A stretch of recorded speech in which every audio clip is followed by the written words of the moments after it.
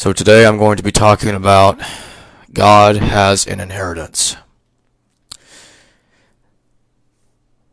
If you take a look at these three verses, and both in the two verses, the first two verses, Deuteronomy and Jeremiah, Deuteronomy chapter 32 verses 8 to 9 and Jeremiah chapter 10 verse 16 in both the Tanakh and in the Christian Old Testament. And if you also look in the Quran and Surah Ali Imran chapter 3 verse 180, you'll see in both Judaism, Christianity, and in Islam, God has an inheritance. Now, according to the general idea of God and the Abrahamic religion is he's not supposed to have parents. And yet, you can find verses that agree with each other from all three religions, saying that God either has an inheritance or a heritage. You can see in Surah Ali Imran chapter 3 verse 180 that Allah's heritage is the heavens and the earth. Because it says here that, and to Allah belongs the heritage of the heavens and the earth. And if you look in Jeremiah chapter 10 verse 16, it says that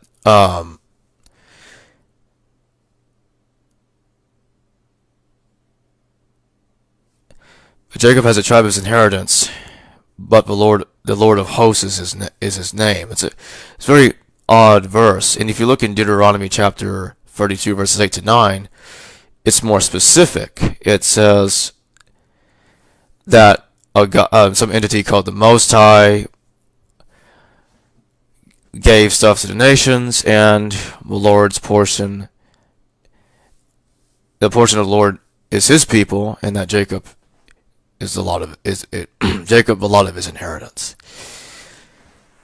The bottom line in all this is that how is it that can God have any kind of inheritance at all and not have parents at the same time? That doesn't make any sense. If you go look up the definition for inheritance, there's simply no way around it. And when we do research regarding this,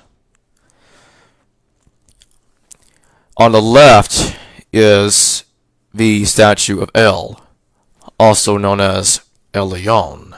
This is the God translated to the Most High in Deuteronomy chapter 32 verses 8 to 9, which is the God that the Lord received an inheritance from.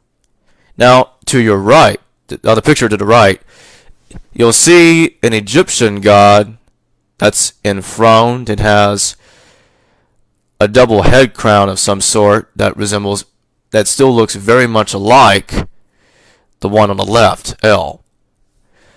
Now this is very peculiar, because these two gods do exactly the same thing.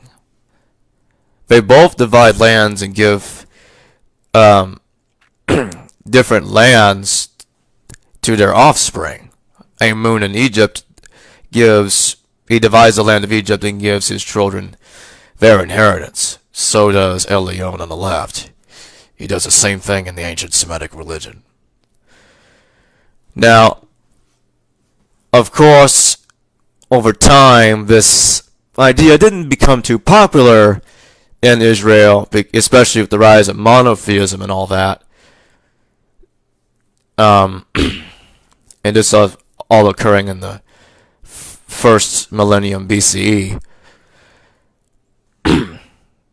that, well, you can't have God's Father in there, so they gotta interpret it differently, kind of change what it's saying the best way they could, so that way people won't notice that God really does have parents, despite them saying that he's the only God and has no parents, and he is the beginning and the end. Because God having a father would contradict a father would contradict the entire thing in general, because it would not only mean that God has parents, he has a father and a mother, but it would pretty much really obliterate monotheism at that point.